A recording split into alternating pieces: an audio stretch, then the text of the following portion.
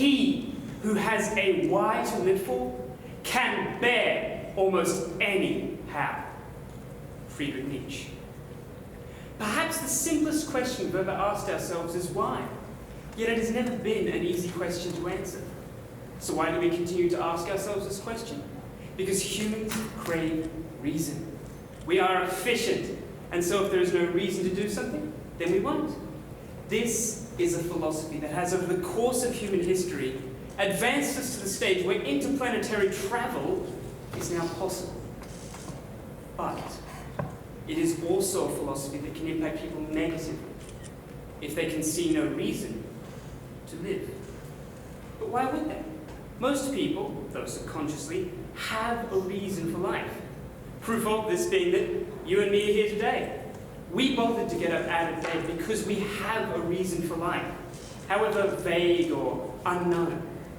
But reasons can be devalued by things like losing a home, losing a pet, losing a parent, losing a brother, losing a lover, or all of them at once. The Townsville 2020 floods were a disaster for many.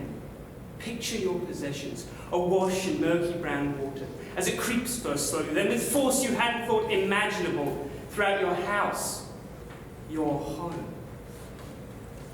Thankfully, the damage was limited to the downstairs and garage for me, but we almost lost our pet bird that day, and I lost my Wii game console.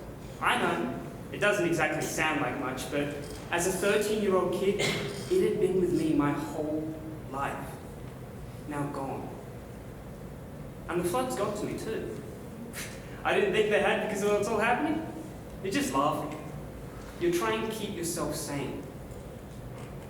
I learned that day what it felt like, losing things to an uncontrollable, an unreasonable force, to see what I loved, what had become almost like a part of me, taken. It's in these moments that people question why they can go on. Why struggle through the hardships of life if what you care about will be taken away? If despite your best efforts, it means nothing? This is an extremely pessimistic outlook, and it's one that can plague a person for quite some time. Take my friend, who found love. He found that missing piece. He still hasn't gotten over her. 17, and her heart's still in pain. Doesn't look it, but has anyone? Just the other day, I looked at a picture taken during the floods and I almost broke down. All these years, and the pain is still there. It never quite goes away. But I'm better than I was. But how did I get better? Well, first, I got angry. I got all my anger out for the hand I'd been dealt. But once I'd gotten out that anger, I was left in a state of melancholy, where I felt without a reason, without a why. But soon I hit a breaking point, and I thought to myself, what do I still have? What do I still care for?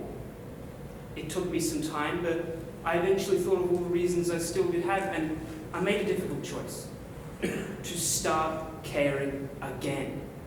Because this experience taught me that in life, we get so used to what we have, we forget what it means to us. And I don't want to forget what it means to me. Because if what I care for gives me my reason to live, then caring all the more gives me all the more reason to carry on. For although it may be hard to care for something, as it will all eventually go, it is better to have loved and to have lost than to have never loved at all.